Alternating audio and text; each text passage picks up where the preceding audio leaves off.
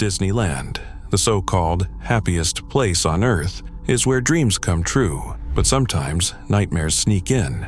Beneath the pixie dust and cheerful tunes lies a chilling reality, tragic accidents that have left a permanent mark on the park's history. Buckle up as we explore 5 of the most horrific deaths that have ever occurred at Disneyland. You'll never look at the park the same way again. Let us tell you about a story that might make you rethink the cheerful tune of It's a Small World. Picture this: Disneyland, California, the brainchild of Walt Disney himself, often celebrated as the happiest, most magical place on Earth. But beneath the fairy tale facade, even this utopia has had its share of dark moments.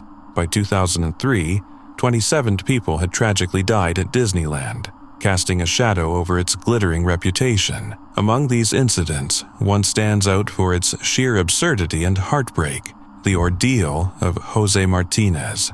In 2009, Jose, a quadriplegic man, decided to enjoy the park with his wife, taking a ride on the iconic It's a Small World. It was supposed to be a relaxing, feel-good experience, filled with animated dolls singing a cheerful anthem of unity. But things quickly went sideways when the ride broke down. While other passengers were promptly evacuated, Martinez was left stranded in his boat, unable to move or escape. And that's when the nightmare truly began. For 40 agonizing minutes, Martinez was trapped, forced to endure the infamous It's a Small World song on an unending loop. Now, for most of us, that would already be the stuff of nightmares, but for Martinez it was much worse. Due to his spinal cord injury, the overstimulation triggered a condition called autonomic dysreflexia. It's a fancy term for a dangerous reaction that can spike blood pressure, potentially leading to strokes or even death. As Martinez sat helplessly in his little boat of doom, his stress and discomfort escalated. Panic attacks set in, his blood pressure skyrocketed, and the relentless music only added insult to injury. Attempts to silence the ride's speakers failed, leaving Martinez trapped in a surreal, tormenting loop of cheerful melodies. What's meant to be a catchy earworm for most became a literal health hazard for him. Disneyland's response? Not exactly magical. According to spokesperson Susie Brown, the park believed it had provided adequate assistance during the incident, but the U.S. District Court thought otherwise. Judge James Selna ruled that Disneyland had failed to properly warn disabled guests about the risks of being stranded on the ride. It was a damning verdict, underscoring the park's failure to meet basic accessibility and safety standards for all its visitors. Martinez's lawsuit wasn't just about his personal ordeal. Sure, the $888,000 settlement, split between pain and suffering and violations of disability laws, offered some justice. But his attorney, David Geffen, made it clear this was about something bigger. "We won on public policy," he explained, emphasizing the need for theme parks to take the rights and needs of disabled guests seriously. The case served as a wake-up call. It highlighted the importance of prioritizing accessibility and ensuring that even the most vulnerable visitors can safely enjoy Disneyland's magic without the risk of harm or a 40-minute soundtrack-induced meltdown.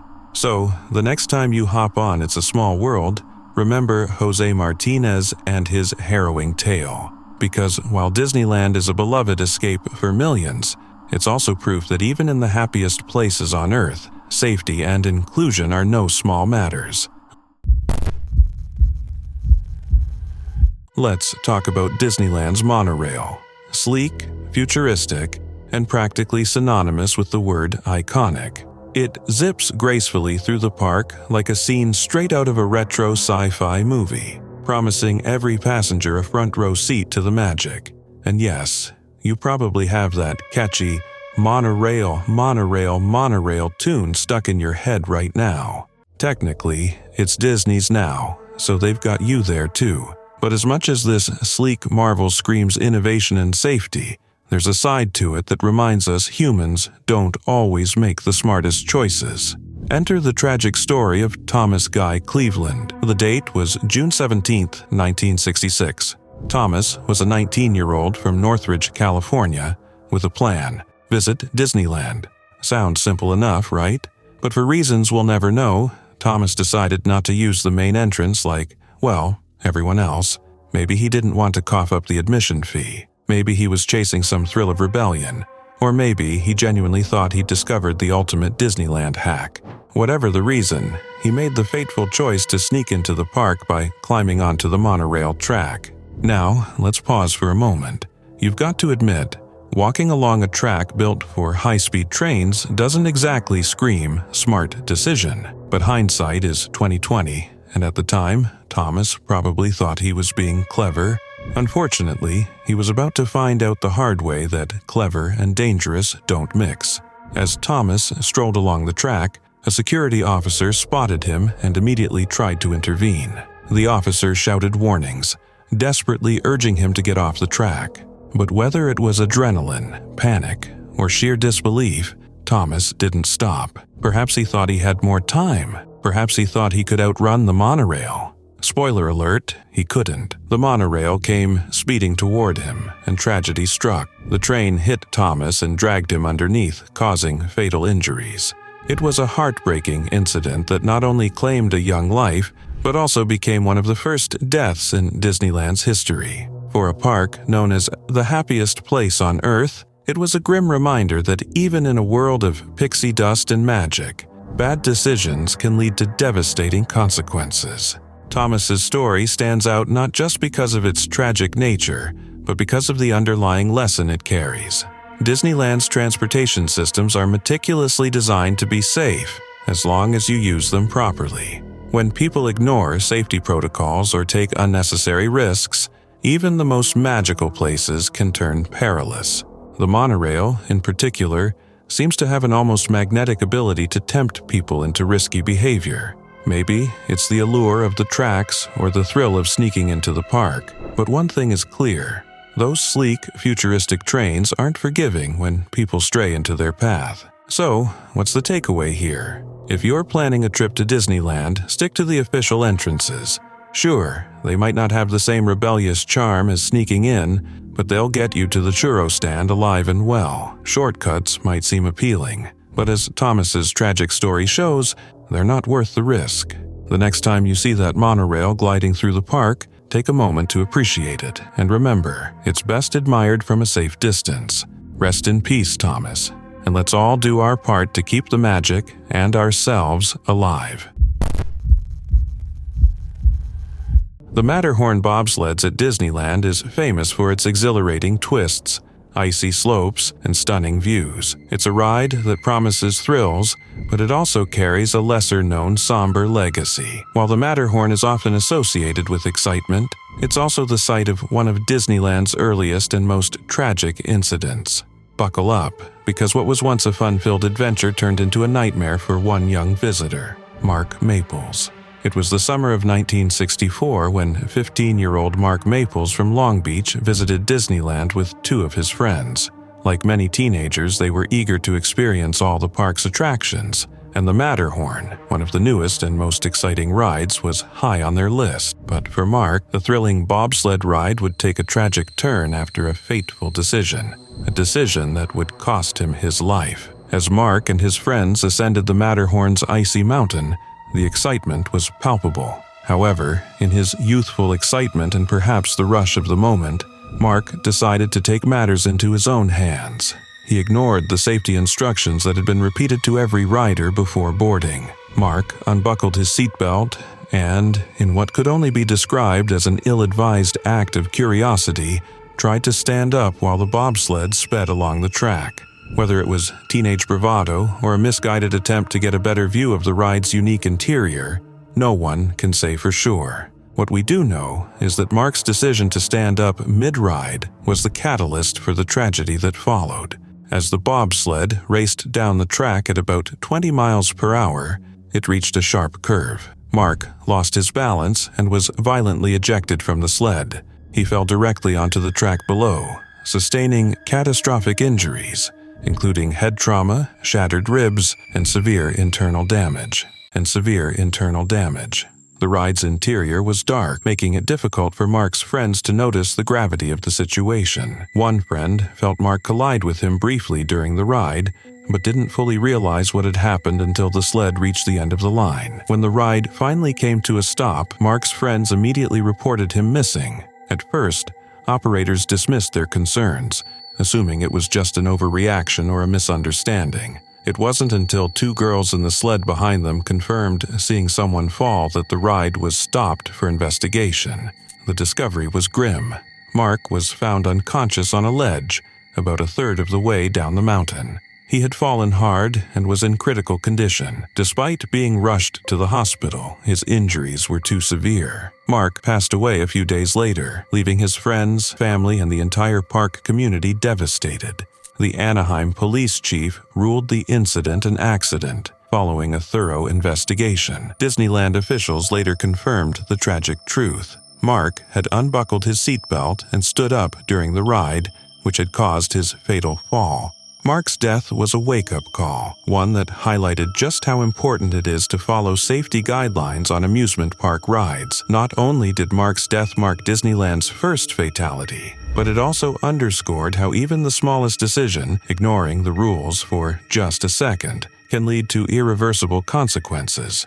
Today, the Matterhorn bobsleds remain one of Disneyland's most iconic and beloved attractions, drawing guests from all over the world. But for those who know its history, the ride serves as a somber reminder of the potential dangers that lie in thrill-seeking gone wrong. So, the next time you hear a safety announcement or see the seatbelt warning on a ride, remember Mark Maples' story. Safety rules may seem restrictive, but they exist for a reason, keeping the magic alive without turning it into tragedy. Here's a story that's equal parts tragic and bizarre. A grim reminder that not even Disneyland's whimsical charm can erase the unexpected twists life throws our way. Meet Joan Agalar, a 66-year-old woman who loved adventures despite her mobility challenges. On August 22, 2021, she visited Disneyland with her two adult daughters, ready for a day of fun, laughter, and cherished memories. Spoiler alert, what happened next was anything but magical. The family decided to hop on the iconic Jungle Cruise.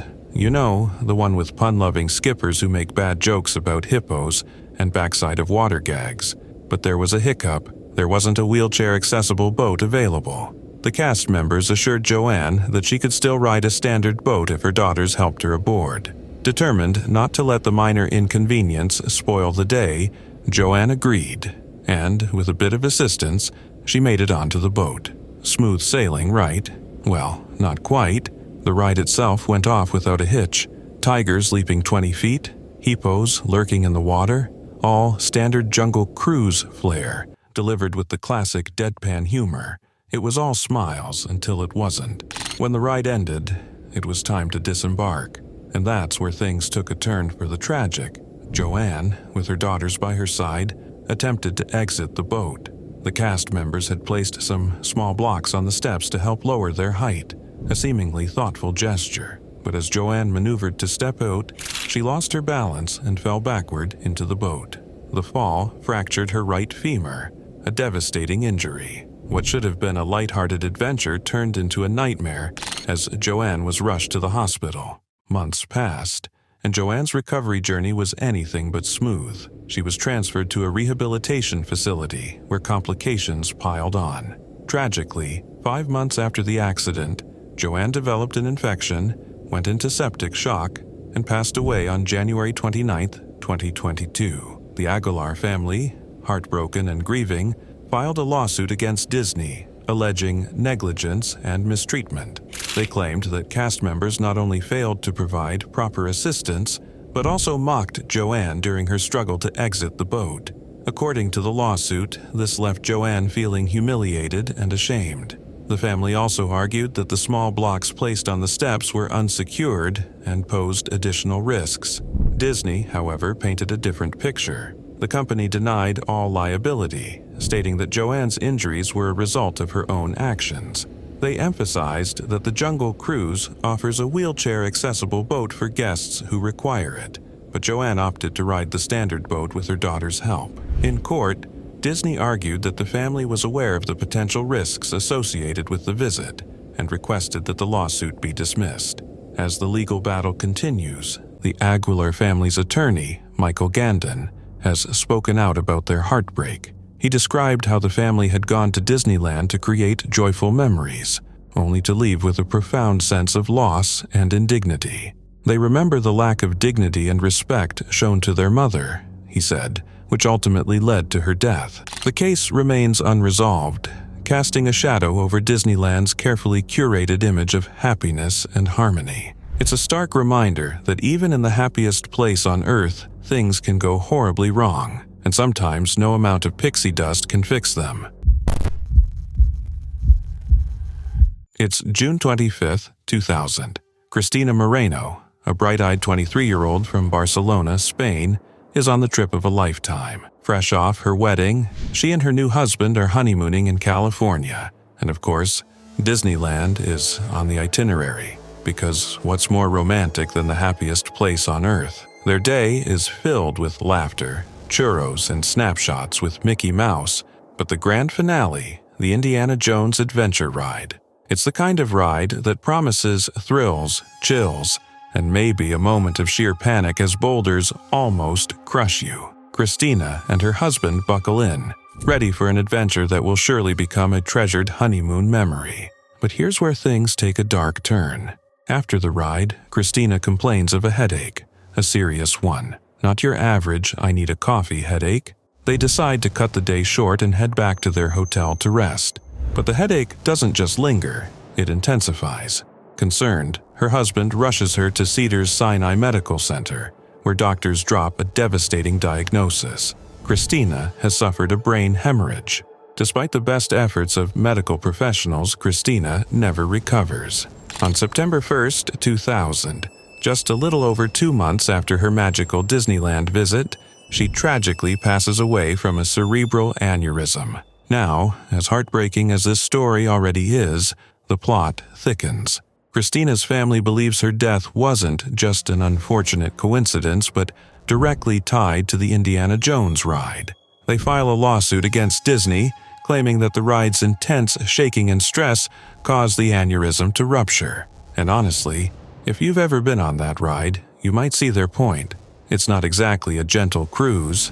It's more like being tossed around in a Jeep that forgot it had suspension. The lawsuit argued that Disney had prior knowledge of injuries caused by the ride and failed to make it safer or adequately warn passengers about potential risks. Here's where it gets really interesting. Christina's lawyer, Barry Novak, wasn't new to this game. He'd already handled other cases involving brain injuries from the Indiana Jones adventure. 2 of those cases were quietly settled, and let's just say Disney wasn't about to let this one go to trial either. Publicly, though, Disneyland stood firm.